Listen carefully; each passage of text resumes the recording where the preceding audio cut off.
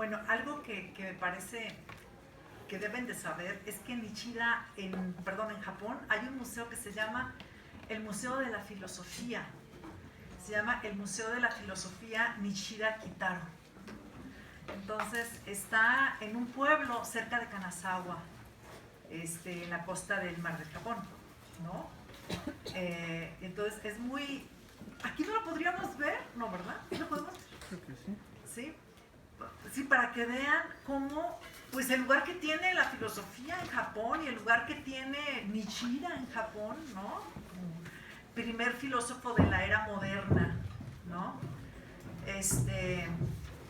Tiene, por ejemplo, tiene experimentos Zen en el museo, ¿no? Así, una cosa así como que de pronto estás parado frente a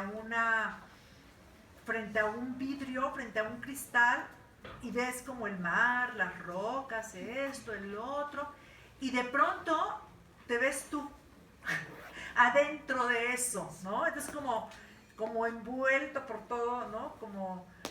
Como que sin separación sujeto-objeto, digamos, ¿no? Entonces tiene como esas experimentaciones. Esa es la casa de Suzuki, ese es el museo Daisetsu Suzuki en Japón. Ahí te puedes sentar y ver todo ese estanque, ¿no? Y el follaje, y no sé.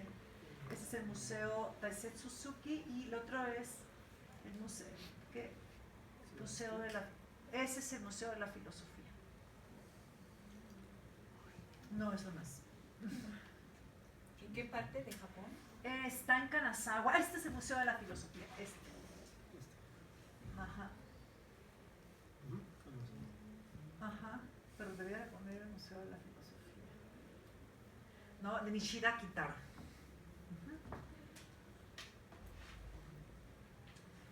Sí, ese museo está hecho por uno de los más importantes arquitectos japoneses que se llama Tadao Ando.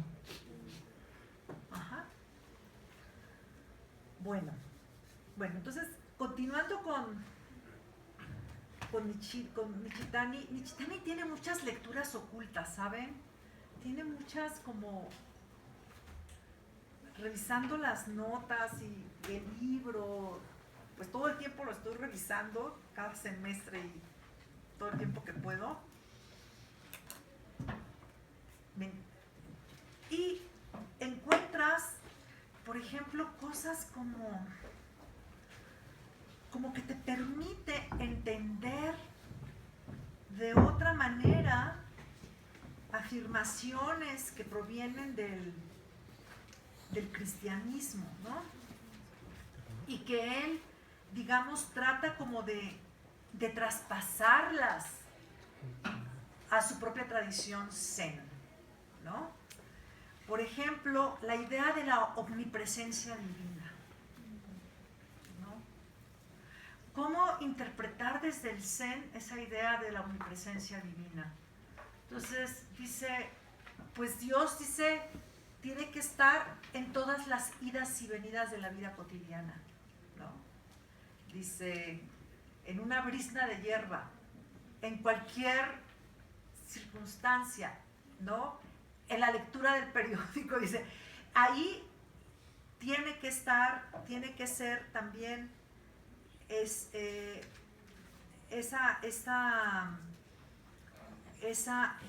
tiene que darse esa experiencia de que Dios se encuentra en todo, en un átomo, en un grano de avena, en una lombriz, ¿no? O sea, esa es la omnipresencia de Dios, ¿no? Entonces, por eso ellos no les da problema hablar de Dios, ¿no? O sea, son zen. Nichitani fue un hombre que practicó zen hasta que se murió, ¿no? Dicen que él resolvió todos los koanes, ¿no? Así, hay como una trayectoria de koanes que hay que atravesar, ¿no? Más complicados. Y bueno, él los atravesó todos, ¿no? Y entonces él no tiene problema de hablar de Dios, ¿no? Entonces dice, Dios puede encontrarse en una lombriz, en un grano de mostaza, etcétera, ¿no? Y algo que también, esta cosa pero también lo interpreta de otro modo, ¿no? Cuando dice, Dios creó las cosas desde la nada, significa que la nada está más en las cosas que las cosas en sí mismas, ¿no? ¿Sí me entienden eso? Eso es una cosa muy importante. O sea, entonces como que Nishitani comienza a cobrar conciencia de cosas que están en el cristianismo, ¿sí? Y que nosotros los cristianos, cultura cristiana, no lo vemos, ¿sí? Y que él como oriental sí lo puede ver, ¿no? O sea, que Dios haya creado las cosas desde la nada, es que es más fundamental la nada en las cosas que lo que ellas mismas son, ¿sí? Entonces, él tiene que reinterpretar, ¿no?, lo que Dios sea desde una perspectiva budista. Y también tiene que interpretar, por ejemplo, qué es Dios desde una perspectiva más bien mística, ¿sí? Entonces, él se da cuenta que cuando dice en los evangelios, Dios hace salir el sol para justos e injustos, se da cuenta de que el amor de Dios es impersonal, ¿no? O sea, que Dios es impersonal, ¿no? Que Dios es kenótico, ¿no? Que Dios se vacía a sí mismo, ¿no? Que Dios no tiene distinciones, que Dios no está conceptualizando, que Dios no está juzgando, que Dios no... ¿Sí me entienden? Ese es este modo no juzgador, ¿no? Es que en ese sentido Dios Nishitani es muy cercano al cristianismo, pero muy cercano, ¿sí? Entonces, él ve que ese Dios es kenótico y que esa kenosis de Dios, ese vaciamiento de Dios, es de donde surge la compasión o el amor, ¿no? Deben de saber que en el budismo hay una relación así íntima entre esta sabiduría prajna, que es la gran sabiduría, que es la sabiduría que dice, no existen, ¿qué dice la sabiduría prajna? Hay un sutra que se llama el Sutra del Corazón, que dice, no hay dolor, causa del dolor, ni fin del dolor, ni doble senda que aleje del dolor, ¿no? O sea, que esto existe, es decir, no existen ni las 4 nobles verdades, pues, ¿no? Entonces, y es a través de esta gran sabiduría prajna que se logra el despertar, ¿no? Entonces, entonces ese Dios que es kenótico, que ese Dios que no hace distinciones, etcétera, es Dios amor, porque es de esa no distinción que puede haber amor, ¿sí? En el budismo la palabra que se utiliza es bueno, porque es una palabra del sánscrito, es karuna, ¿no? Es compasión, ¿no? Entonces, gran sabiduría, gran compasión, ¿no? O sea, es lo que quiero decir. Gran compasión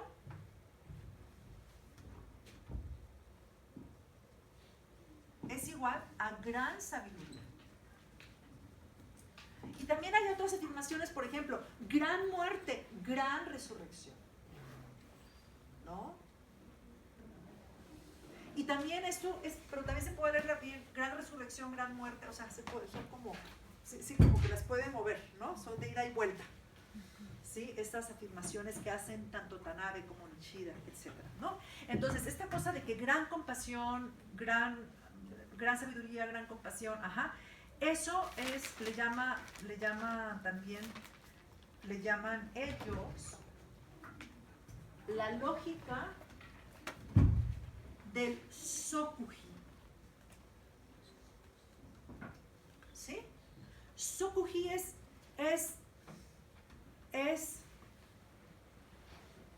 uno y aún así múltiple y aún así uno, ¿sí? Entonces, lo que es importante aquí es el Sokuji, por ejemplo, es muerte, Sokuji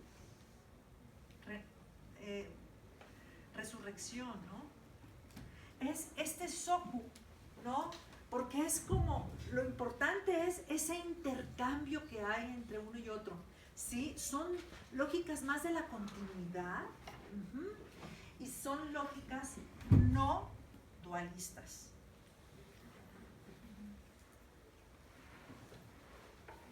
¿Sí? Esta cosa, por ejemplo, en budismo se puede decir con toda tranquilidad y es salvarse a sí mismo, salvar a los demás. Salvarse a sí mismo, sokuji, salvar a los demás. ¿Sí? No es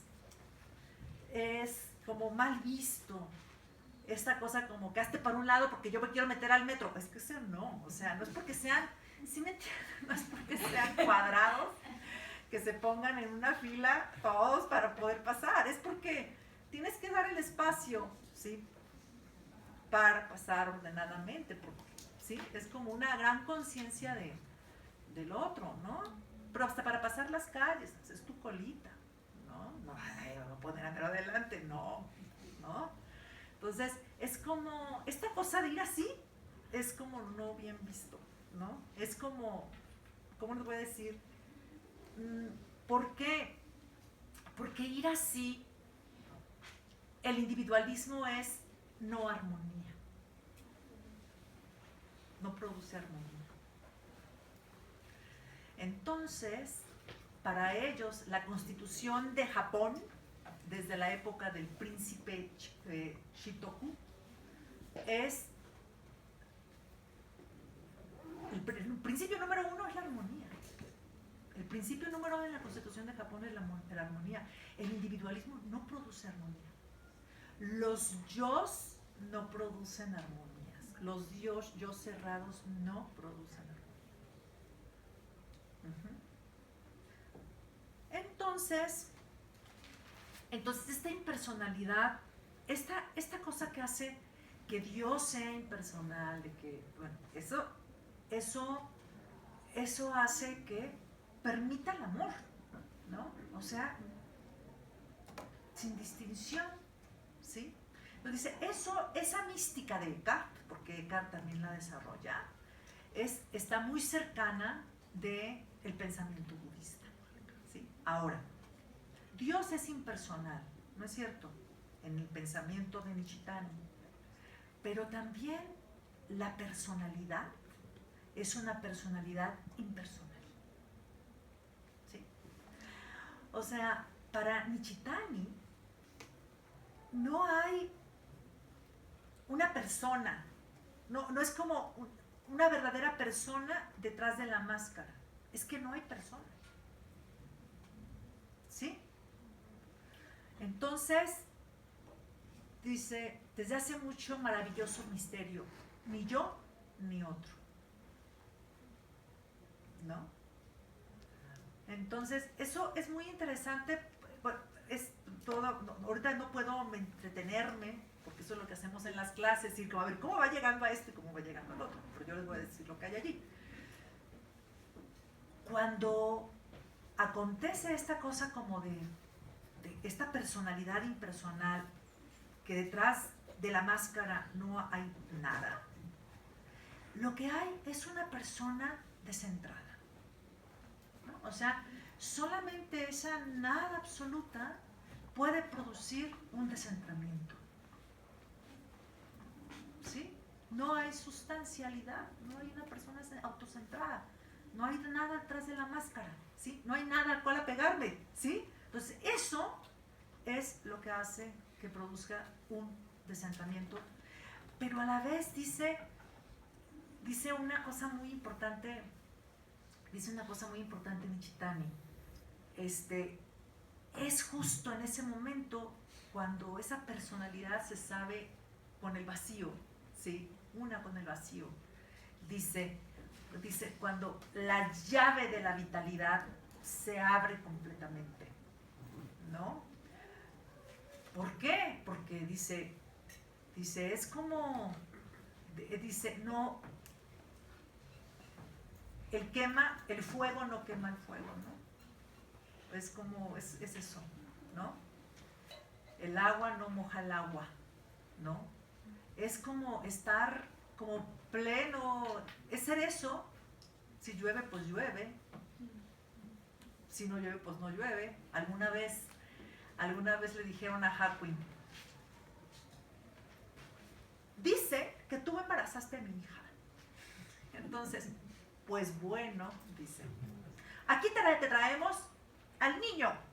Pues bueno. A los 7 años, la mamá dice, no era el monje Harwin. Entonces, venimos por el niño. Pues bueno. Entonces esa cosa como del agua no moja el agua y el fuego no quema el fuego, que se abre la llave de las torrentes de la vida, pues sí, eso es. O sea, no es que no se sufra, pero sí toca sufrir, digo.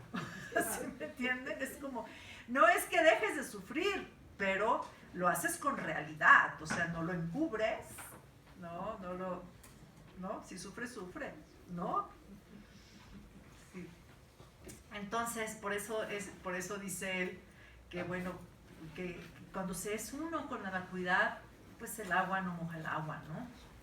Pero también dice, oiga, maestro, ¿cómo es posible que usted, que siendo un hombre tan sabio, esté tan enfermo?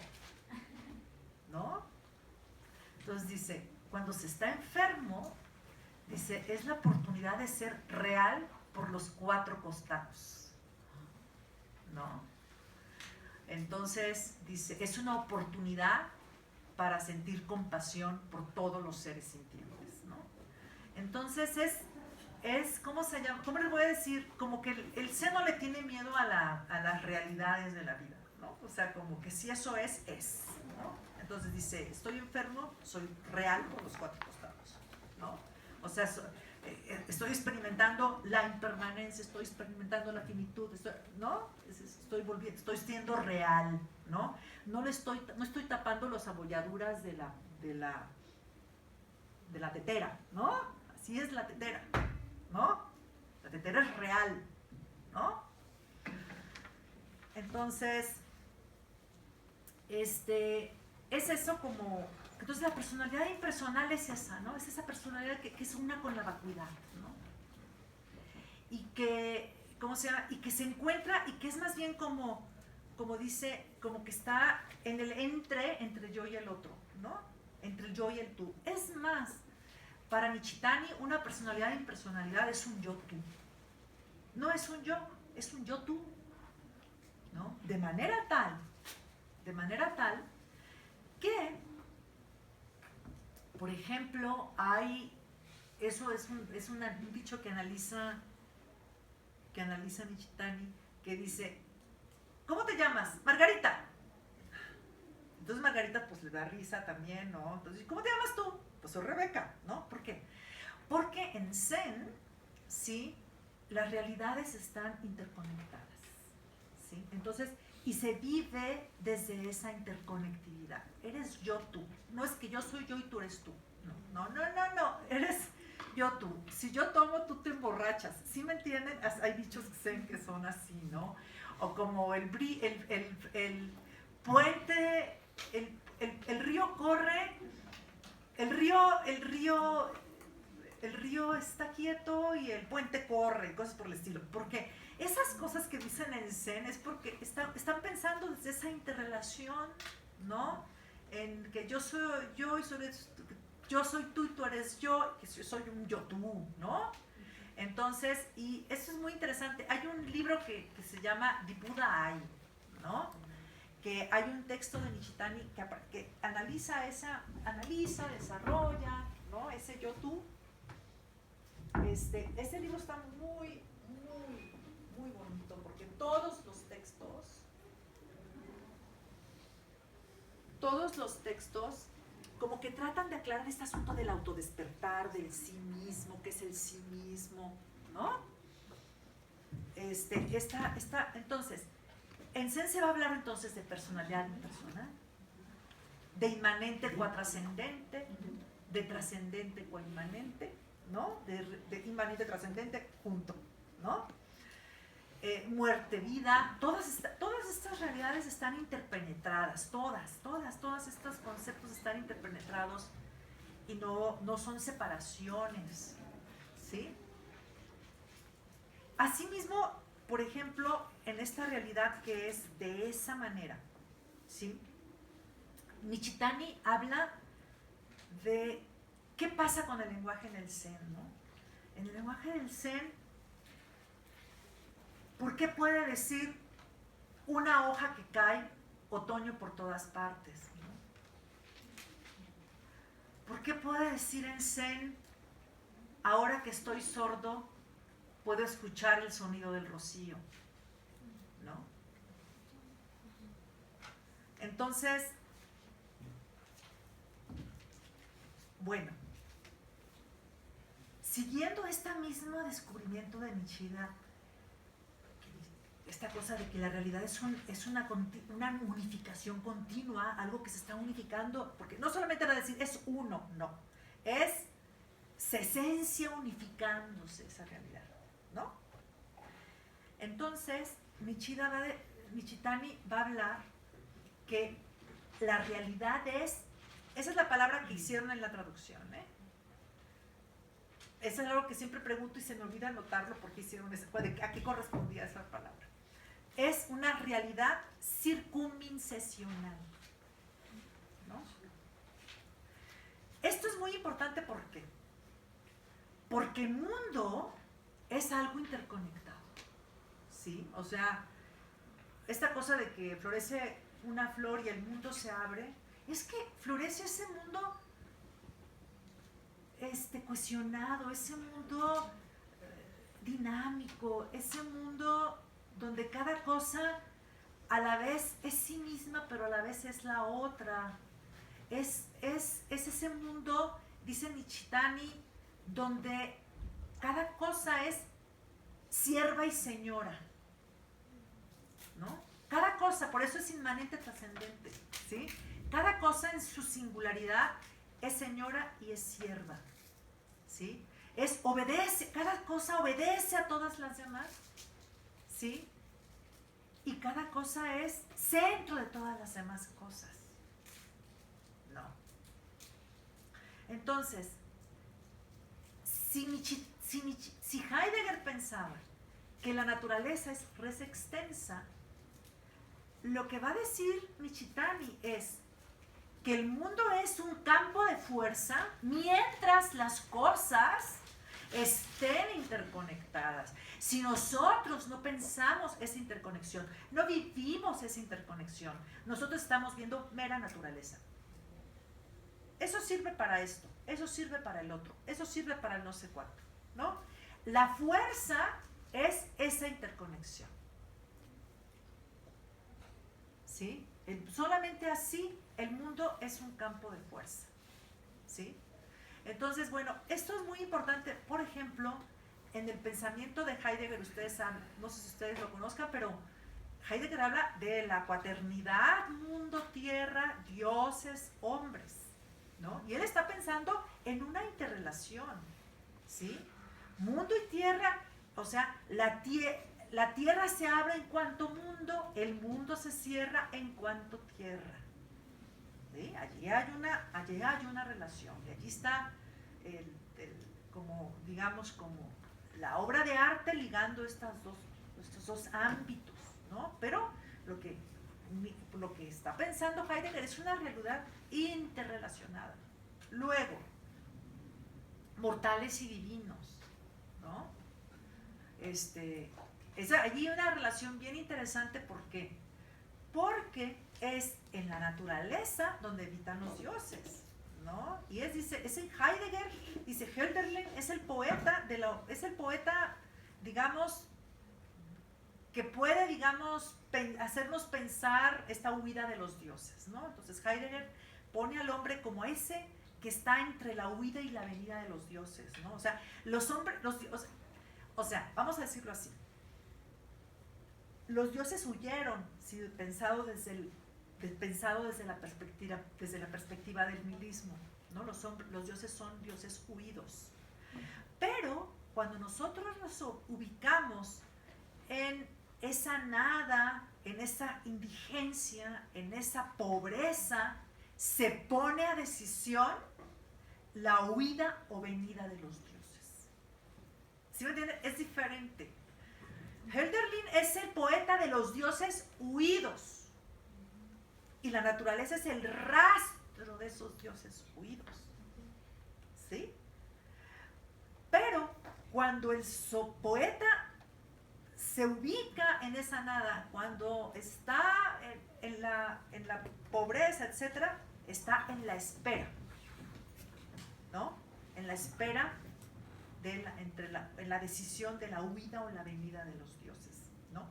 Entonces, dice Heidegger, el poeta o el pensador, etc., tiene que ir hacia la sustracción, al silencio, etc., para decir balbuceantemente esas señales de los dioses que han huido, ¿no? Ahora, esas señales son ocultantes, desocultantes, porque no se dice a las claras, es como el oráculo de Delfos, ¿no? No dice ni oculta, tan solo hace señales, ¿no? Entonces, ese lenguaje es, ¿cómo se llama? Es claro y ocultante, ¿no? Es desocultante y ocultante al mismo tiempo, ¿no? Entonces, hay un texto de Heidegger, bueno, un capítulo que es bien importante de Beiträge que se llama El último Dios, y ahí, bueno, si le sudan mucho unos 2 años, casi como hacer sasé, pues sí pueden sacar algo en claro, muy en este sentido, ¿no? Porque dice, Dios no está en las iglesias, eso es un Dios entitativo, ¿no? El Dios, o sea, el último Dios, ¿no?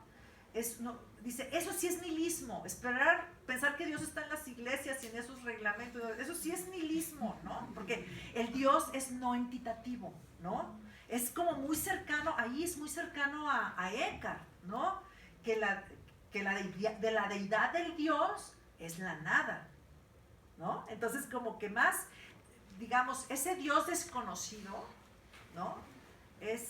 Está más presente en esa nada, ¿no? Entonces, Nishitani escuchó todo esto, Nishitani leyó estas cosas, estuvo muy, no digo que haya leído Beiträge porque era una cosa resguardada bajo llave, ¿no? Y hasta 1989, entonces hay cosas que no leyó, pero en las clases, pues Heidegger sí habló de esta interrelacionalidad que hay entre los hombres y dioses y la tierra y el cielo y la tierra, ¿no? Entonces, bueno, es muy importante tener esta idea de esta interrelacionalidad, cómo está aconteciendo y cómo también para Nishitani en la poesía acontece de nuevo, como pensaba Nishida, esa experiencia de unificación, ¿no? ¿Sí? Bueno, ahora vamos a dar como esa es como la parte más, yo diría, más complicada, ¿no?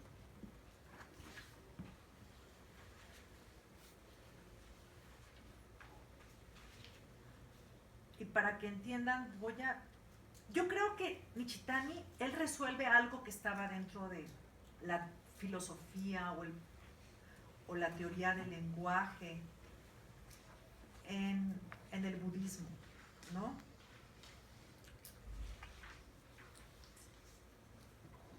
Bueno, hay un texto de un poeta, se llama, es de la Fujiwara, ¿no? Es de esa gran familia Fujiwara. Había allí un escritor, ¿no? Del siglo XVII, Teiko Fujiwara, algo así, que hizo una teoría de la poesía, ¿sí? Y entonces utiliza palabras como kotoba, ¿no? Kokoro, ¿no? Que son muy famosas. Hay una novela de Soseki que se llama Kokoro, ¿no? Que es una obra de la literatura japonesa muy importante del siglo XX, ¿no? De Sosuki. No, Taisetsu Soseki, no. Natsume Soseki, perdón, es que ya. Contra Nishida y Nichitani y Nietzsche, bueno, ya, ¿no? Pero bueno, Soseki tiene una novela que se llama Kokoro. Entonces, aquí, voy a decirle algunas cosas sobre cómo creo que Nichitani interpreta estos conceptos, ¿sí? Cómo los interpreta en su obra alrededor de las páginas 240 de La religión y la nada. Allí van a encontrar algo sobre el lenguaje y sobre qué es comprender, ¿no? Y sobre la poesía, ¿sí? Bueno, él dice que hay un poema en japonés que se llama waka, ¿no?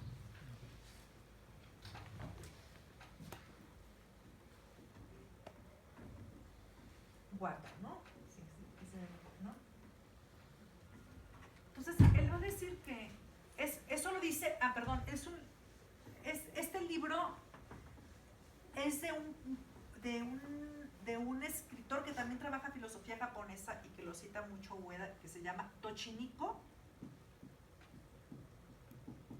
Isutsu.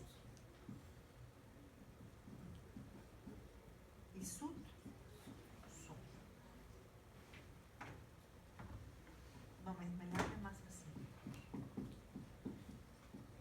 Isutsu, ¿no?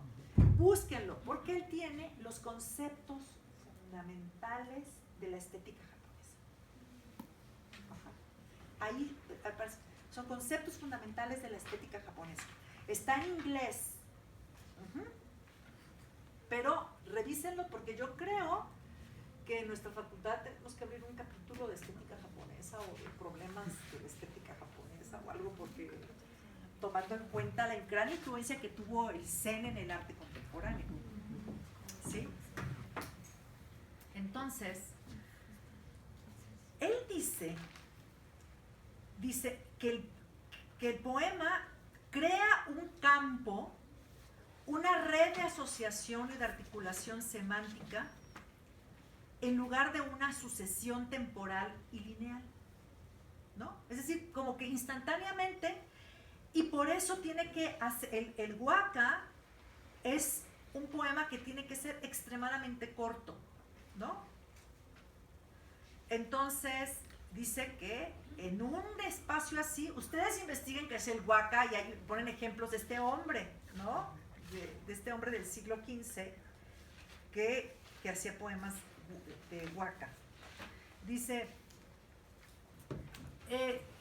entonces, el significado de las palabras se encuentra simultáneamente presentes en una esfera única. Aquí está, Fujiwara. Ajá, se llama Lord Teika Fujiwara, ¿no? Es Teika Fujiwara, ¿no? Entonces, él escribió un tratado de poesía.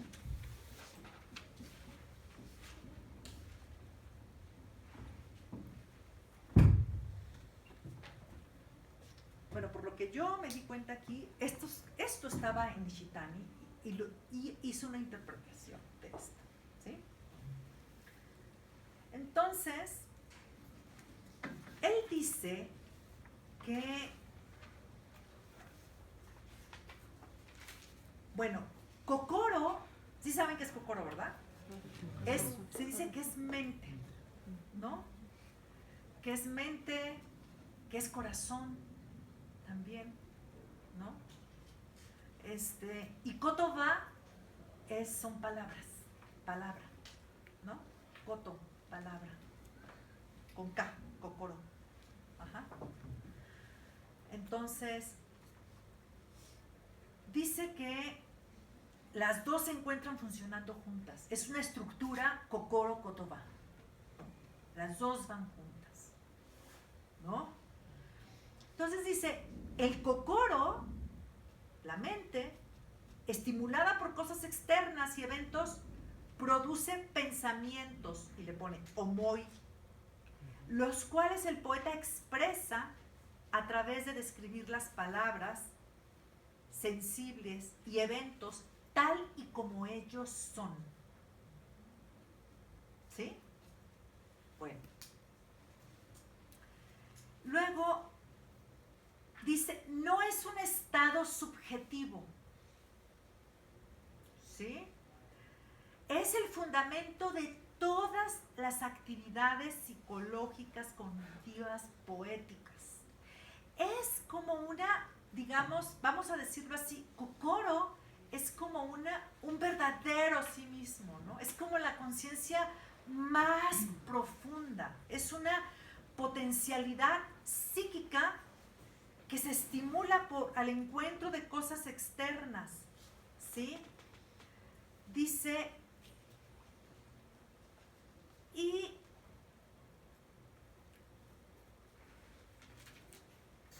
va a decir además que es una plenitud subjetiva, ¿sí? De conciencia despierta, y que es el trazo de la experiencia espiritual en la disciplina de la contemplación, ¿no? Entonces, dice, el Kokoro, enriquecido por la experiencia del despertar, es el punto más alto de la jerarquía de la mente, ¿no? Es la subjetividad creadora. Dice, entonces, en el poema, en el waka, al externalizarse esta conciencia creativa, que es el Kokoro, ¿sí? El lenguaje es transformado, ¿sí? Bueno, ¿qué dice Nichitani? Aquí vamos a meternos en un pequeño problema, ¿sí? Él va a decir que, bueno, en el budismo Mahayana, el budismo comenzó, ¿cómo llega Nichitani a hablar de Kokoro y de Kotoba? ¿No? ¿Por qué? ¿Por qué? ¿Cómo es que llega a hablar de eso? ¿No? Él llega a hablar de esto porque, a propósito de cómo fue transformado la interpretación del samsara en la historia del budismo en el Zen. Sí. Entonces, en la historia del budismo, digamos, me parece muy importante, porque de alguna manera creo que sí debemos cobrar conciencia de eso, de nuestra profunda ignorancia radical, ¿sí? O sea, sí me parece importante, ¿no? Es decir, la transformación en el presente absoluto y el acontecer del presente absoluto como la temporalidad verdadera, pues sí supone pues algo que pasaba, ¿no? Y es la idea del karma. O sea, la idea del tiempo como kármico, ¿no?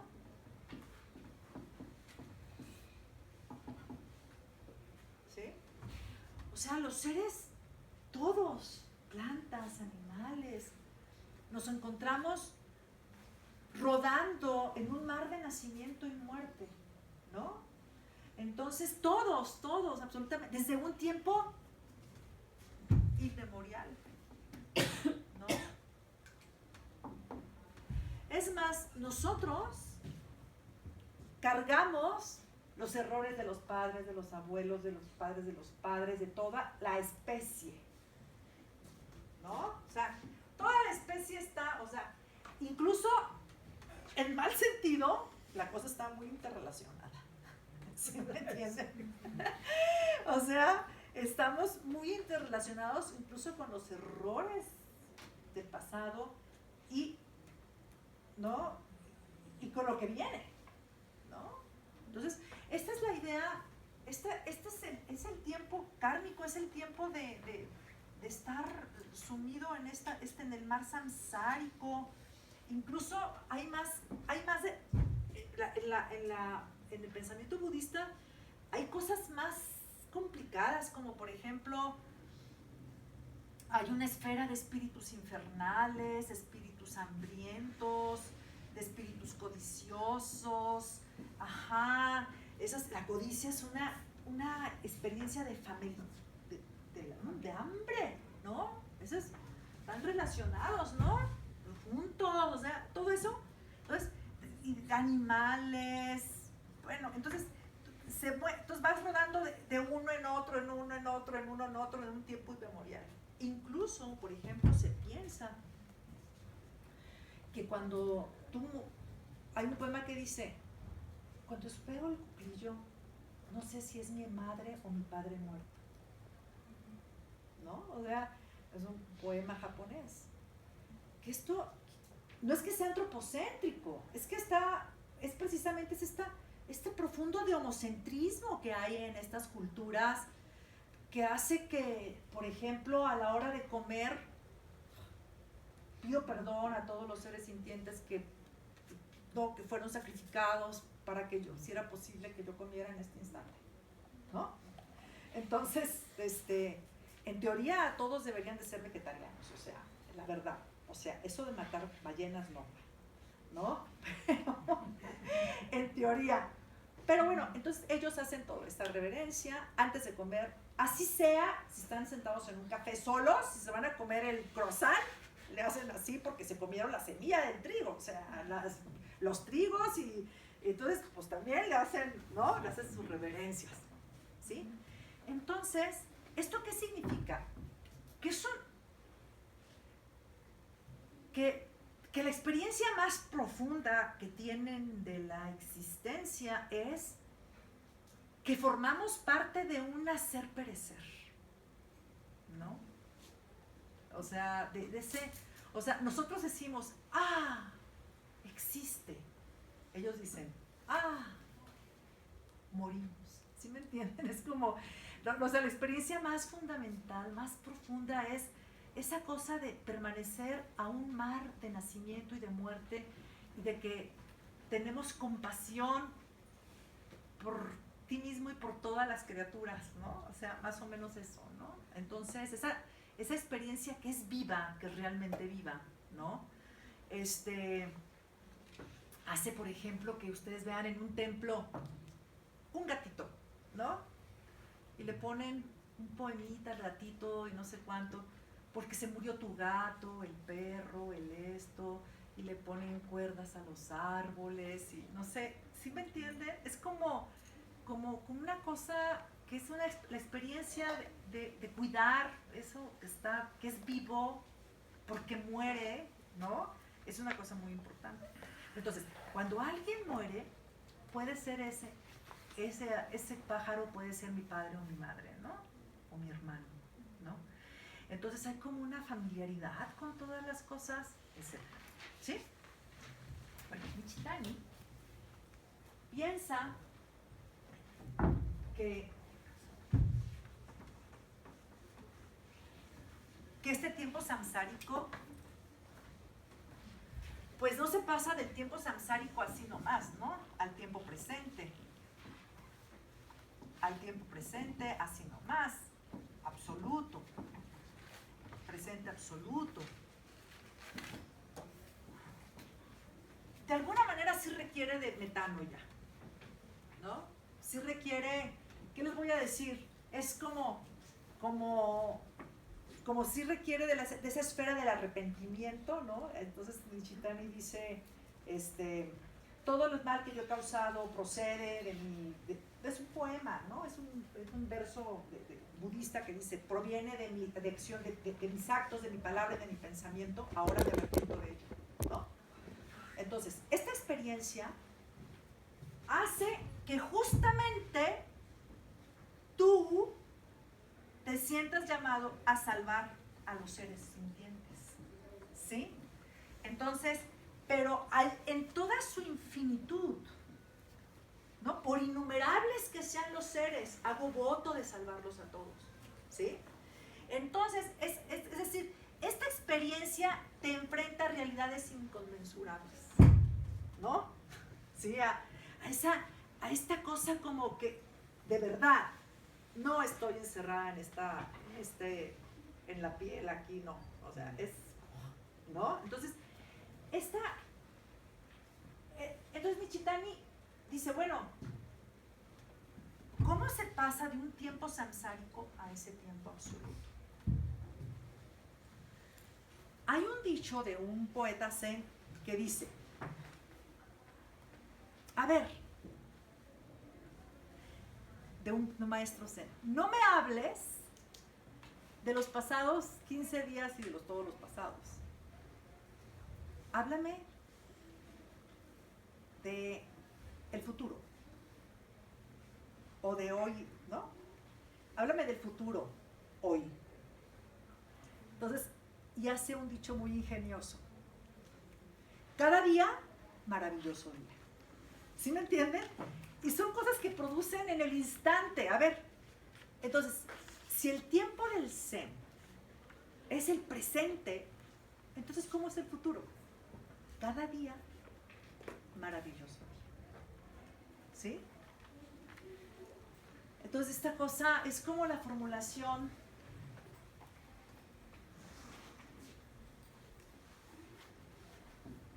del presente absoluto, ¿no? Cada día, maravilloso. ¿No?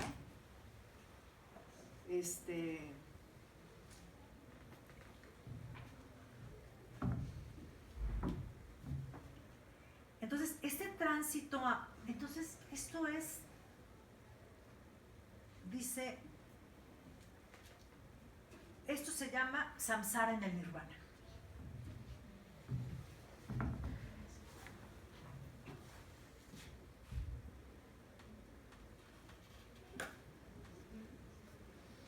El budismo antiguo trataba de pasar de nirvana, de samsara, al nirvana, ¿no es cierto? A ese punto de extinción de los deseos, de los apegos, ¿no? Entonces, para el zen eso le parece muy pobre, para el zen eso le parece como, no, o sea, la disciplina espiritual es para vivir contra tu potencialidad, o sea, ¿sí me entienden? Para correr, para saltar, para esto, para lo otro, ¿sí me entienden? O sea, es para estar en el presente, ¿sí? Y entregarse completamente, ¿sí? Es como que samsara en el como que ir al nirvana, no, ¿sí? Entonces dice, esto es el koto del samsara en el nirvana, ¿no? Este es el koto, ¿no? En la palabra, koto, palabra. Entonces, ¿cómo es que se puede producir algo así? ¿Cómo es que se puede producir algo como las flores florecen tal y como florecen? ¿No? ¿Cómo? Pues Nichitani le interesaba mucho eso, ¿no? Yo creo que sí. ¿Cómo es que esas palabras pueden ser expresadas? ¿Sí? Y Nichitani, la respuesta que da Nichitani, yo creo que tiene como trasfondo la realidad unificada del campo de fuerza. ¿Por qué? Porque para Nichitani,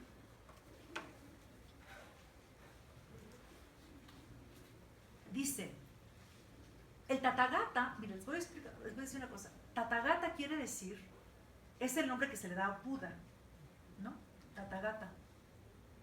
Tatata es lo que es así. ¿Sí? Entonces, tatata es lo que es así de esa manera. ¿Sí? Tathagata es el que ha llegado así, de hacer de esa manera. ¿Sí? ¿Qué es ser de esa manera? No es ni grande, ni corto, ni chueco, ni derecho, es así. ¿Sí? Sin atributos. Es una cualidad sin características, ¿no? Es la cualidad sin características. Esas son las características sin características. ¿Sí? Ajá. Entonces, Bueno, ese es el Tathagata. Entonces, lo que dice Nichitani es: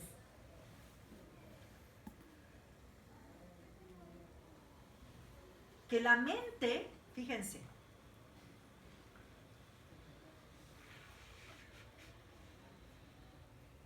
la esencia, la comprensión de esta realidad que se manifiesta tal y como es, en dichos como las flores florecen tal y como florecen, el río fluye tal y como fluye, samsara en el nirvana, nirvana en el samsara, etc. Dice, es que la mente del Tathagata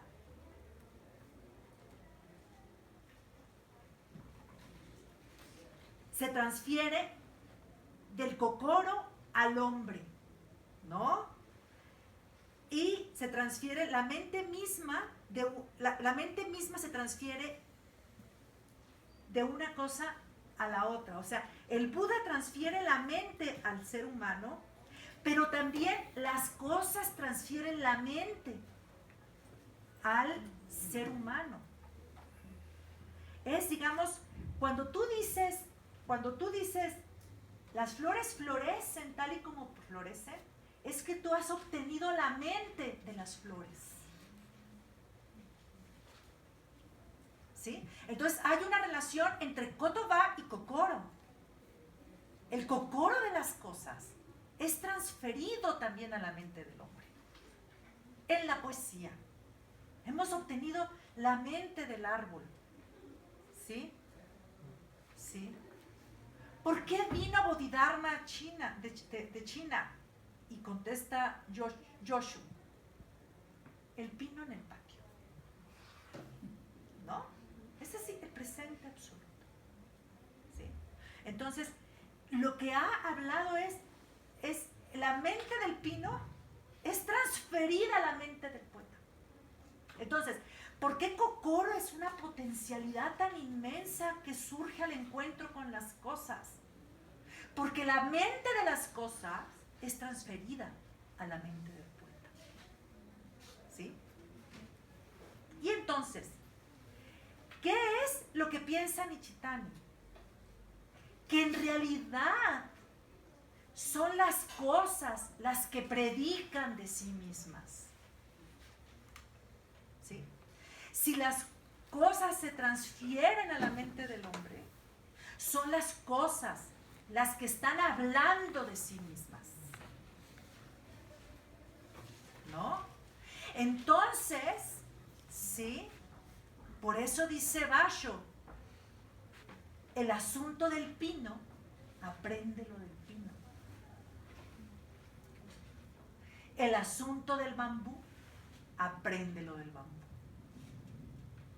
¿No? Entonces, por eso es que kokoro es una cosa extraordinaria. ¿Sí? Porque es obtener la mente de las cosas, pero cuando ellas nos predican a nosotros, obtenemos la mente de las cosas porque ellas están predicando su propio asunto. Las cosas se expresan en nosotros. ¿Sí? O sea, no, eso es algo, no, Copérnica. Ay, no, qué horror, no pensemos en eso. ¿Sí? ¿Sí? Entonces, ahora, otro problema que viene para Nichitani, que esto acontezca sería como el Eraiknis, ¿no? Esta transferencia que hay entre el kotoba y el koto, ¿no? Entre el que las cosas digan su asunto y que transfieran su mente a la mente del hombre, ajá. Y la mente del hombre pues solamente las exprese, ¿no? Bueno, eso es como, digamos,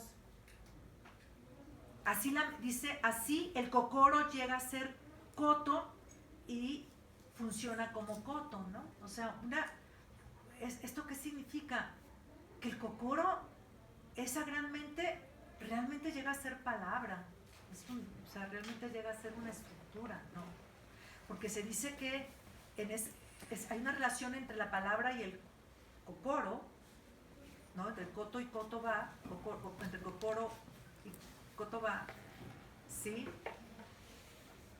Porque en el fondo yo creo que lo que piensa Nichitani, claro, porque se está en ese campo de la fuerza, ¿no? Por eso, porque, o sea, como que Isutsu no lo logra pegar, ¿sí? Pero yo creo que por eso también Ishida dice, el poeta es el único que lo puede expresar. El poeta puede expresar porque la mente de las cosas le es transferida, ¿no? No me parece difícil de pensar, porque para un japonés los árboles son espíritus, ¿sí? Los árboles son espíritus. Tú no puedes cortar un árbol porque los espíritus del árbol se enojarán contigo. ¿Sí me entiendes? Si cortas un árbol, ¿no? Eso no puede ser, ¿sí? Entonces, eso también tiene que ver también con su religión, ¿no? Son cosas que esta cosa que es tan importante que dice Nishida, no hay civilización sin religión. Perdónenme, pero no la hay, ¿no? O sea, toda gran civilización ha tenido una gran religión. Y el budismo está allí. Y el shinto está allí. ¿No? Son cosas que no puedes hablar mucho ni en España, ni en México, porque en mi casa son juaristas también. Otra religión. ¿No? Entonces sí, es como una cuestión difícil, ¿no? Es un tema difícil, pero que creo que, por ejemplo, Nichitani también habla, a ver, ¿qué pasa con el problema de la verdad? ¿No? Dice, a ver, la verdad es un punto en que aparece el significado del no significado, el sentido del no sentido, ¿sí? Entonces dice, una cosa que se aparece verdadera es una cosa que aparece paradójicamente. Por ejemplo, samsara en el nirvana, nirvana en el samsara, es paradójico, ¿sí?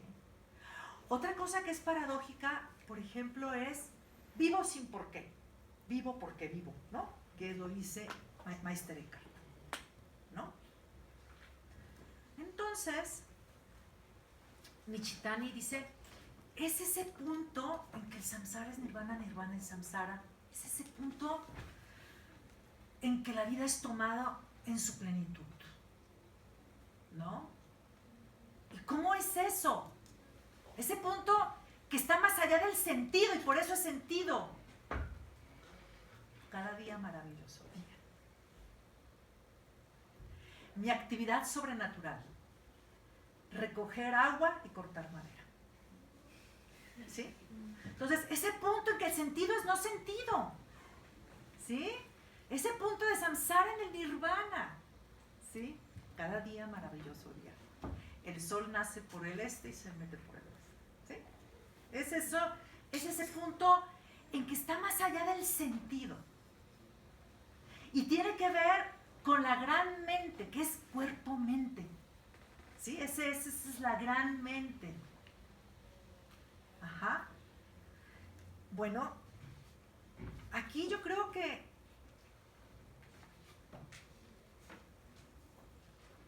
ese es bueno, entonces esa verdad, significado del no significado. Pero, dice Nichitani, las cosas son dármicas. Las cosas son dármicas. Necesitamos esas cosas que son dármicas, ¿no? Entonces, por eso dice, maestro, este cuerpo se extinguirá completamente cuando no sé qué, no sé qué. Y contesta, las flores florecen en las praderas y el río desaparece en un mar azul profundo, ¿no? Entonces dice, el logos de las cosas, ¿no? El logos del río, el logos de las praderas. Es un logos dármico. ¿Por qué? Porque el dharma en sentido budista es verdad. En un sentido son las cosas, ¿no? Entonces, el dharma, la verdad es que las cosas, hay un logos en las cosas, hay un logos en el río, hay un logos en el florecer de las flores tal y como florecen, ¿sí? Entonces dice, solamente el hombre que se puede tomar como centro puede destruir, ¿sí? Este lenguaje de las cosas, ¿no? Me parece que lo que ha dado Nichitani allí, con esto es que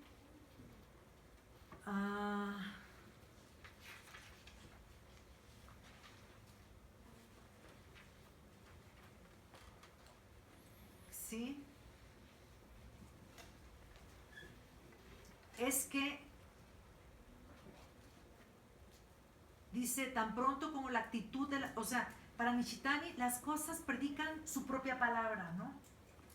Pero cuando aparece la actitud de la representación, ¿no? Objetiva, entonces ese asunto, cuando aparece un globo ocular, ¿no? Que pone las cosas enfrente y las objetiva, entonces, digamos, se genera la forma como algo fuera del yo, como alguna cosa que no es el propio tesoro y que no se presenta en su propia disposición, ¿no? O sea, para Nichitani las cosas tienen su disposición, ¿no?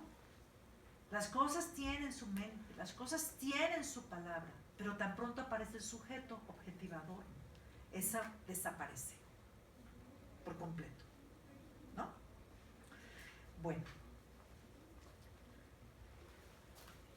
hay un Ueda que fue alumno de Nichitani.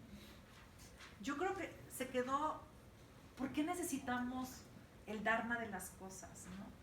¿Por qué necesitamos el dharma de mi actividad sobrenatural, recoger madera y cortar, ¿no? Y recoger agua y cortar madera? Entonces, Ueda pues siguió pensando sobre el lenguaje y Yoshinori pensó a Nichitani, a Nishida también desde la perspectiva del lenguaje. Entonces, voy a referirme solamente a una cosa que dice Suzuki. Bueno, y Ueda, etc. Me voy a leer esto, ¿eh? Ueda sigue el hilo conductor del lenguaje, ¿no?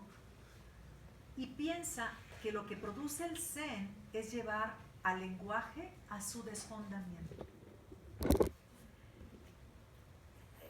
Para entender esto hay que recurrir a Suzuki, pensador que al tratar de dar cuenta de lo que es el Zen, pensaría como Heidegger que el lenguaje es el más peligroso de todos los bienes. ¿Por qué? Porque encierra el círculo de la comprensión en el parloteo y las habladurías, ¿sí? Y determina nuestras preconcepciones de una manera tan peligrosa que una y otra vez caemos en el encierro de lo que pensamos, ¿no? Entonces, para Heidegger tiene que haber silencio también. Es ahí donde surge la palabra poética, ¿sí? Entonces, ¿qué dice Suzuki al respecto? La cosa más difícil que nosotros como seres finitos tenemos que experimentar es que donde sea que sea dar un nombre a algo, nosotros tomamos a eso como algo que tiene una forma. De ahí que nosotros hacemos marionetas de nosotros mismos con las herramientas de nuestra propia seguridad. nosotros nos encontramos ansiosos y temerosos y finalmente nos volvemos esquizofrénicos. No solo individualmente, sino colectivamente. El hombre moderno tiembla ante los fantasmas simbólicos de su imaginación. ¿Sí? Entonces, por eso es que el lenguaje es muy peligroso. ¿Sí? O sea, nosotros decimos una cosa y ya nos pegamos a la cosa, nos pegamos a las palabras, inventamos sobre eso otra cosa, y luego otra cosa, y luego otra cosa, ya, silencio, ¿me entienden? O sea, por eso es tan importante no crear de una palabra, de una suposición, otra suposición, otra suposición, y hacerse, ¿sí? Bueno, Heidegger tiene muchos lugares para hablar de este carácter peligroso del lenguaje. Dice, somos una charlatanería, pues tal es la contraesencia que pertenece necesariamente a la esencia del diálogo. Tenemos que extraer toda la peligrosidad del lenguaje para experimentar lo que es el acontecimiento lingüístico, ¿sí? El diálogo que somos. ¿Sí? Bueno, ese desprendimiento de sí mismo, ese yo que libre de apegos, llega a acontecer gracias al silencio, ¿no? Entonces hay una relación entre el silencio y el lenguaje en el Zen, ¿sí? Dice, silenciar en tanto no decir siempre es negativo, puede ser muy positivo y más decidor, puede incluso decir lo auténtico, ¿no? Entonces, bueno, para el Zen, el yo encerrado en sí mismo y el lenguaje como red y jaula del mundo conforman una relación absolutamente interdependiente.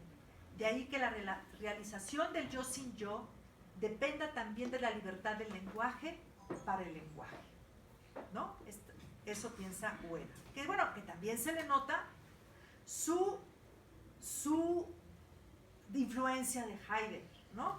Bueno, Yoshinori va a decir una cosa bien importante que creo que creo que de lo que he leído sobre el lenguaje en el Zen, esta es una de las cosas que también más me ha impresionado. Porque él piensa que es necesario para atravesar el lenguaje, bueno, el silencio absoluto, pero además es condición necesaria para el decir poético. Por ejemplo, ese es un dicho de Basho, un haiku de Basho, que dice, el viejo estanque, una vieja rana salta, el agua suena.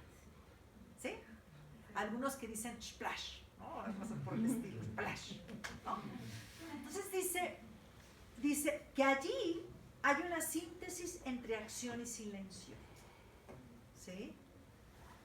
Dice, la acción rompe el silencio, pero a la vez lo intensifica. Ese es el efecto, ¿no? Esta cosa, rompe el silencio, pero lo intensifica. Es doble la acción. Ajá, eso es bien importante. ¿Por qué? Porque ese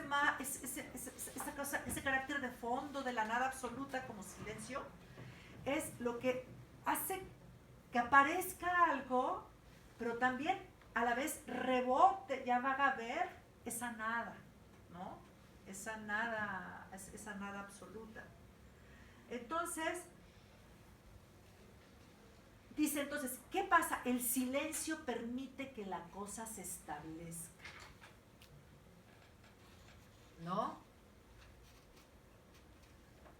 Ajá. Luego, entonces, la nada del silencio es intensificante, ¿no?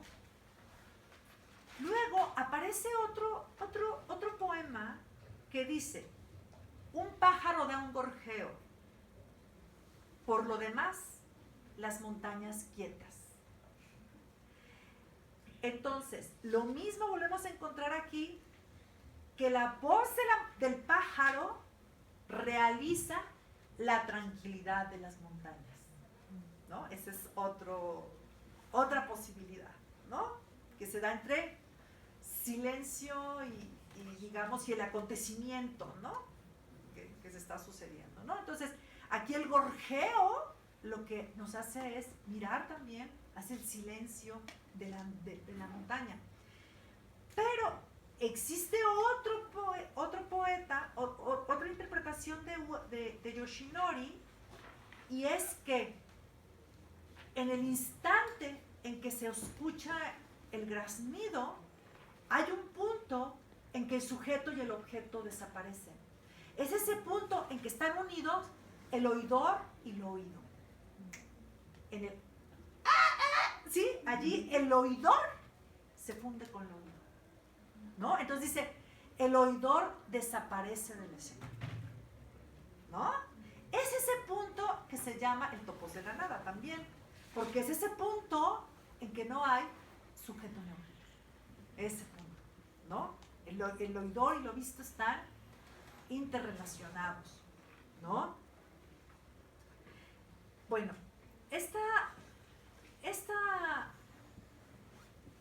estos movimientos en el Zen, ¿sí?, tienen que ver con un estado de absorción absoluta, ¿sí? Para el Zen, en Hakuin, una cosa pasa, es como digamos, al principio está el objeto, después desaparece el objeto, después, digamos, el sujeto, luego ni sujeto ni objeto, ¿no? Entonces, un estado de absorción absoluta es un estado donde no hay ni sujeto ni objeto, ¿no? Bueno, el punto acá es que es en ese punto donde tienes que hacer algo, o sea, o escribir poesía, o hacer caligrafía, o el arte del tiro al blanco, o el teatro no, o lo que tú quieras, ¿no? ¿Por qué? Porque ese es el punto donde están todas las potencias creativas, en ese punto de no sujeto ni objeto, ¿sí? Entonces, el ejemplo, ustedes lo pueden conseguir, o sea, en el Zen, el arte del tiro al blanco, justamente es eso, o sea, no, tú no tienes que lanzar el arco, o sea, no, sí, no, maestro, pero es que no es la intencionalidad, ¿sí? Dice, la flecha tiene que caer así como cae la nieve de la rama de un árbol. No es por tu intención, no es por tu intención. Entonces, algo que caracteriza a un tipo de lenguaje así es la espontaneidad. Es la no intervención, ¿no? Por eso muchas veces se dice, ay, ¿y qué tiene que ver el taoísmo con el Zen? Pues yo creo que, decía Luis Gómez, del Colegio de México, que acaba de morir. Yo creo en el fondo que el Zen, digamos, era taoísmo, ¿no? Es como, es la forma que adquirió el taoísmo, ¿no? De alguna manera, que el Zen era una forma del taoísmo, ¿no? Sí. Pero que ellos ni sabían, o sea, no eran, yo soy taoísta, ¿eh? No, ¿sí me entiendes? Sino que son, bueno, es que están forma parte del taoísmo, está justo en esta cosa de la no intervención, ¿no? La simplicidad, ¿no? La espontaneidad en las cosas, es todo eso, ¿no? Entonces, esta cosa de que la flecha debe caer solita, de manera que se produzca una fusión entre la flecha y la meta, así, natural, como en un campo magnético, que están juntos, ¿sí me entienden? Es algo que acontece. Eso tú no lo puedes producir, ¿sí? Ahora, creo que hay algo que toman tanto Ueda como esta cosa. ¿Por qué es tan importante la naturaleza? ¿Por qué nosotros no podemos prescindir de la naturaleza, no podemos prescindir de los árboles, ¿no? Pero no porque sin ellos no respiramos, no. Para Ueda es porque es lo único que nos puede hacer dar el paso atrás frente al antropocentrismo. ¿Sí? En el cristianismo se dice, mira las flores del campo, ¿no? No se preocupan por el mal, ¿no? Ese sí dice el Evangelio, ¿no? Dice Ueda, en el Zen se diría, mira las flores del campo, no diría más. El Zen es mostrativo, ¿no? Las flores florecen, ¿no? Entonces, ¿qué es lo que tiene la naturaleza?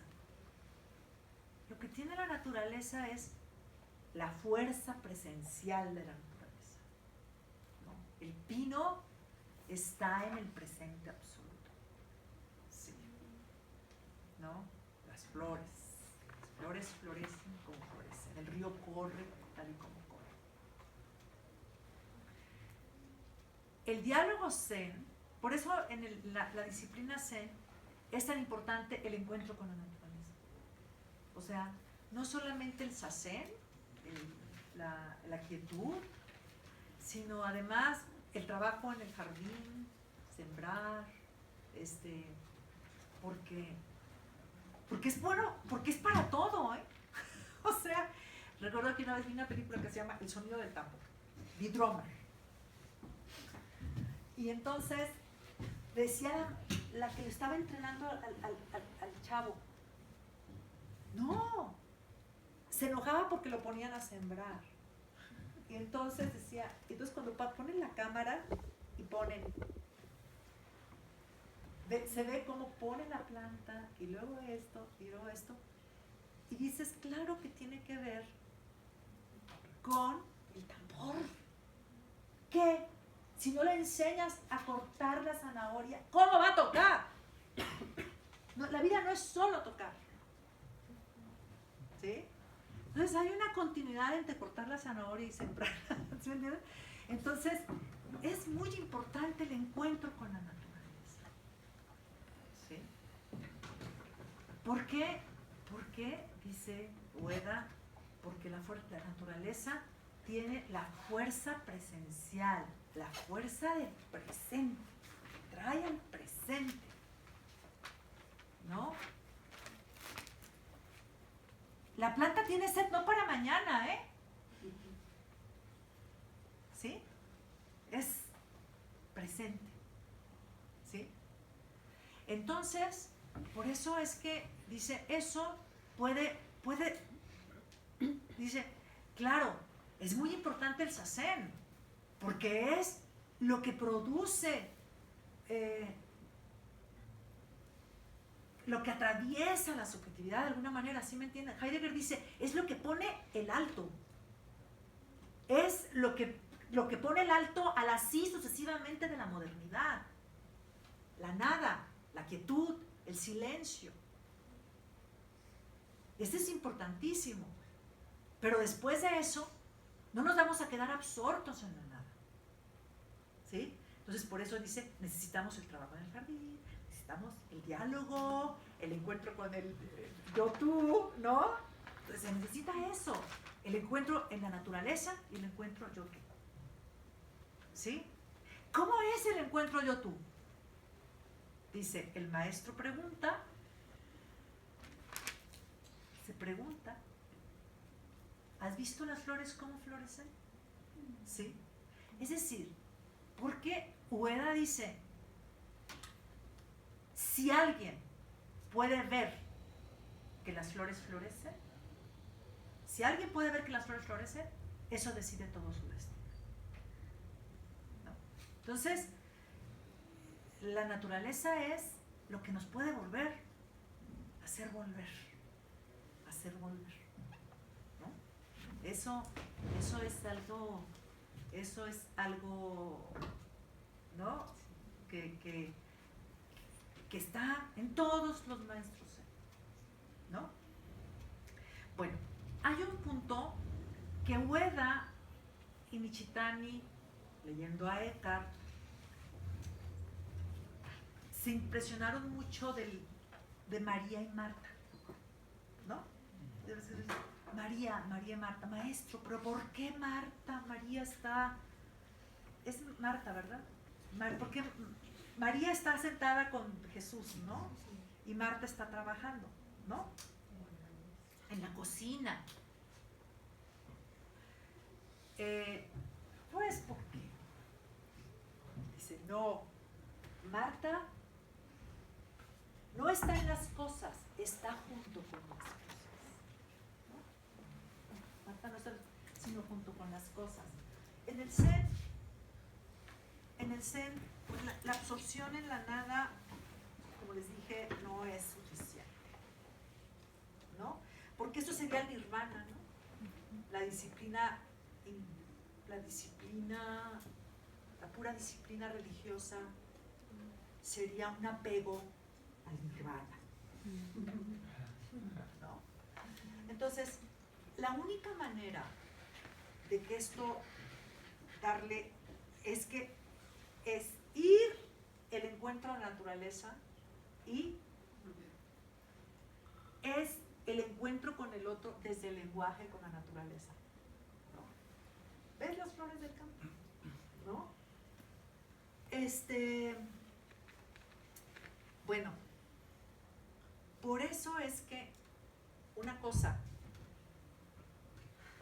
como dice, dice Heidegger, ¿cómo nos recuperaremos de lo no entitativo? Es decir, ¿cómo esos arriesgados, insólitos, que no tienen nada entre las manos, ¿cómo se recuperarán de eso? ¿No? Y entonces él dice, a través de la estabilidad del ente, a través de la cosa que reúne cielo, tierra, mortales y divinos, ¿sí? Es eso lo que, eso es la creación de alguna manera, no es el arte. O sea, eso es una cosa bien importante, ¿no? Pero yo siento, y Heidegger de pronto tiene atisbos de llegar a la vida cotidiana, pero lo que yo veo es que Ueda y Nishitani, tras esa lectura de Eckhart y tras esa lectura de cómo interpreta Ueda y Nishitani esta cosa de por qué Marta está haciendo la comida, ¿sí? Es que Nishitani piensa que el único sentido de esa nada absoluta es el regreso al mundo, ¿no? Es, como dice un maestro zen, llevo tres días en el monasterio, maestro. ¿Qué es lo que debo de hacer?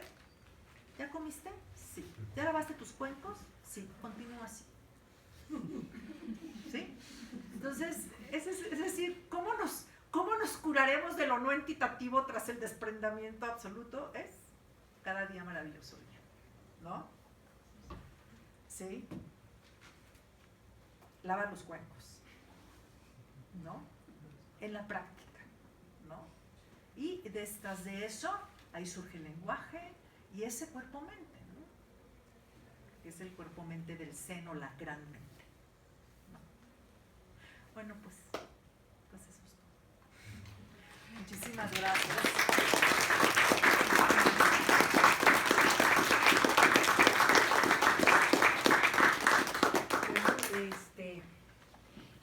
Vamos a dar paso a algunas preguntas, pero antes que otra cosa, queremos agradecerle a la doctora por iluminarnos, ahora sí que aquí sí iluminar nuestra mente, nuestro mundo y todo lo demás, nuestra práctica cotidiana, con esta filosofía tan interesante, profunda, que nos cuestiona, efectivamente, cuestiona no solamente nuestra vida cotidiana, sino su propio pensamiento occidentalizado, se puede llamar, ¿no? Entonces, pues, no hay forma de restituir lo que los profesores nos dan en cada sesión, y en esta sesión pues especialmente, porque no es fácil encontrar un especialista en esta filosofía, si se puede llamar, o en este pensamiento de la escuela de Kioto. Para poder tener un intercambio de la cosa con el yo, y el yo y la cosa, Pues vamos a dar pie a algunas preguntas Al y yo tú, algunas ¿no? cuestiones. Al yo tú. No, yo soy tuyo. Entonces, que ustedes puedan hacer preguntas, aclarar dudas. Entonces, damos un momento, ¿qué estamos? A la 1:38. ¿Les parece bien 15 minutos? ¿O un poco menos? Bueno, depende de la actividad que haya en cuanto a cuestionar lo cuestionable. Entonces, los dejo para que ustedes digan yo quiero hacer preguntas. ¿Sí? Pregunten lo que quieran, ¿eh? Lo que quieran, no tiene que ser, ay, una pregunta capciosa acá para que la maestra se... No, sí, sí. Bueno, pues yo le agradezco mucho esta exposición que me resulta muy breve, así como es rica, tan extensa, es un punto muy pequeñito porque hay que repensar mucho en cada una de las cosas que nos dicen las líneas de las lecturas que nos envió. Sí, Le agradezco porque son hermosísimas y son un punto de reflexión para tener esta oportunidad de que también desde donde nos encontramos y cómo nos encontramos, en el lugar donde nos encontramos, me parece que es alentador saber que hay una puerta de entrada a un esplendor de un lenguaje y de un pensamiento de la escuela de Kioto y de otros personajes que van apuntando como Heidegger o como Merleau-Ponty, que es el que habla de la percepción y de la palabra hablante. Entonces todo eso se va acumulando para tener otra perspectiva y saber que hay un punto para poder acercarse y que no nos sean tan desconocidas las lecturas o lo que vamos leyendo, porque hay cosas que nos hacen estremecer y creo que muchos de ustedes así lo sienten. Solamente voy a decir lo último, porque hay muchas cosas que anotar. Creo que este asunto de ir, de entender esa interrelación, interactuar del yo y la cosa, es muy difícil. Es un camino muy difícil porque es un camino de ascenso. Porque si la primacía la tiene el objeto que nos dice algo, ese camino ascendente es muy difícil porque hay un punto en donde debo llegar para poder oír el grito que está diciendo de emoción también el objeto. Porque creo que el lenguaje de las cosas es un lenguaje emotivo. Debe ser emotivo para que se identifique también con ese grado de sensibilidad que tiene el poeta, y la muestra son los poemas que van determinando con palabras incluso que no son convencionales. Aquí, como dice la lectura, tiene uno que romper con ese lenguaje constituido, pero elaborar un lenguaje diferente es porque este camino de altura, camino ascendente, que no es hacia arriba sino también hacia abajo, porque la frase que a mí me motivó muchísimo es cuando dice al principio: en el cielo las nubes pasan y aquí abajo en la tierra, en el jarro, el agua reposa. Entonces, para entender esta manera de expresarse, ya sea en la paradoja, nos debe llevar mucho tiempo de nuestra vida. Sí. O sea, sí es importante que sí se entienda, como tú dices, que supone una práctica, ¿no?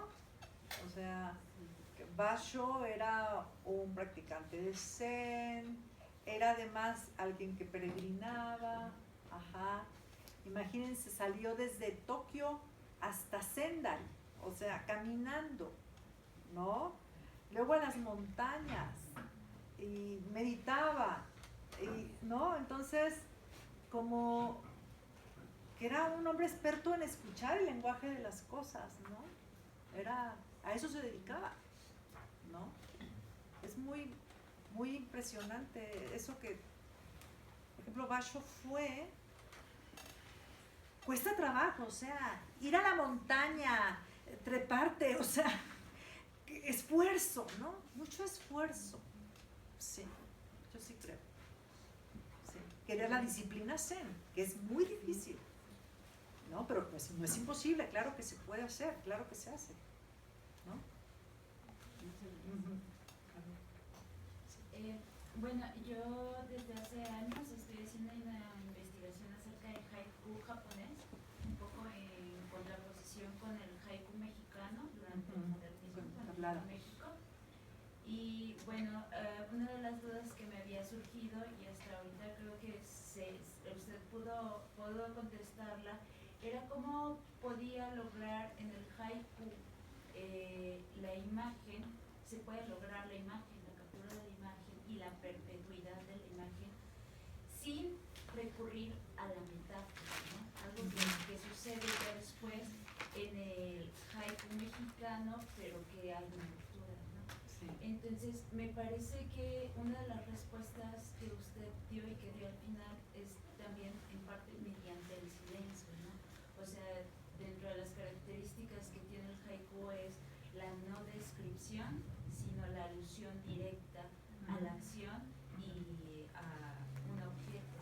Entonces, bueno, no sé si esto, o sea, yo interpreto que esto podría ser como una de las respuestas, ¿no?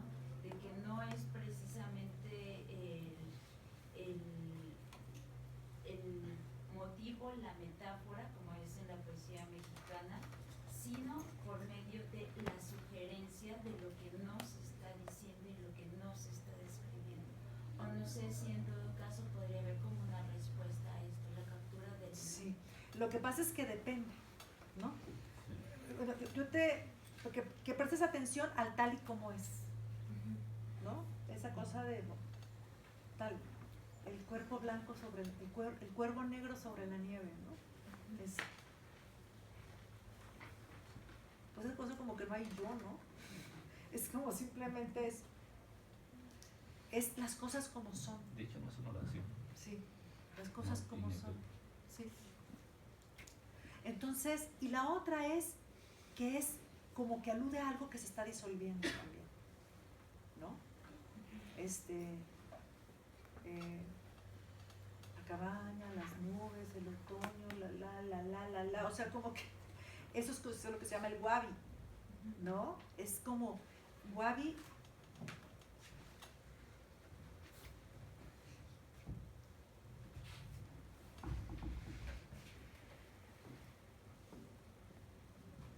Wabi es eso, se conoce también como simplicidad, no sé, pero más bien es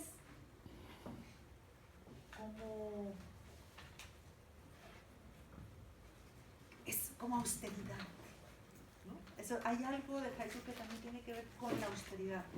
Como no les interesa la completud de las cosas. El té es muy importante, la ceremonia del té. ¿Por qué el té es tan importante para ellos? Incluso estéticamente, porque no es completo. Porque tiene ese estado de indefinición, ¿no? Es algo no cerrado, es algo que queda como abierto, ¿no? O sea, cuervo blanco, tú dices, pues el cuervo blanco sobre la nieve, pero te lo deja así como, ¿no? Te lo avienta y sabe que te pase cuando escuchas eso, ¿no? Entonces, son como realidades como que quedan abiertas, no cerradas, no son cerradas, ¿no? Y es como, yo creo que eso es lo que tú dices como alusión, como, ¿no? Pero el tal y como es muy importante, como en el caso de las flores florecen tal y como florecen y el río fluye tal y como fluye, ¿no? Otra cosa muy importante es el caso es, por ejemplo, la que compara Ueda, ¿no? Ueda dice, hay una versión japonesa occidental de esto, que es, las flores florecen sin por qué. Florecen porque florecen. Dice, allí está el apego fundamental del pensamiento al por qué, ¿no? Eso es occidental, ¿por qué? Eso no existe en japonés. En japonés las cosas son así desde sí mismas. No es por qué. Son así desde sí mismas. Lo que usted mencionaba del Ajá. tatagata. ¿Mande? Lo que usted mencionaba del tatagata. Exacto, del tatagata, del tatatá, ¿no? El ser así, ¿no? La acidad y tal. El ser así de las cosas, ¿no? Sí. Y bueno, aprovecho y pregunto, también he buscado como el acceso al tratado de poesía de Fujiwara. ¿Y no está? Pues no lo he encontrado. ¿Qué crees? ¿Dónde puedo Que aparece acceder? al final del libro este que estoy leyendo, de Isutsu. Ah, Yo lo tengo, aquí lo tengo. Si tienes el USB te lo doy hoy.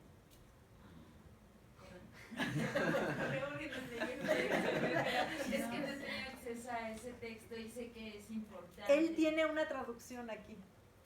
Ok. Ajá. Ah, ok, sí. Sí. Gracias. Ajá. Allá había una, dos. ¿Sí? Yo quería preguntarle si usted considera que para escribir el haiku era necesario tener ese conocimiento del zen, por la manera distinta en que ellos conciben toda su relación y bueno, lo que mencionaba con la naturaleza.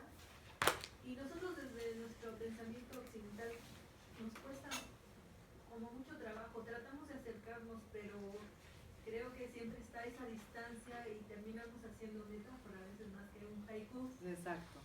No, mira, el haiku no tiene mayor ciencia para un japonés, porque lo hacen niños, lo hacen los niños, lo hace toda la gente.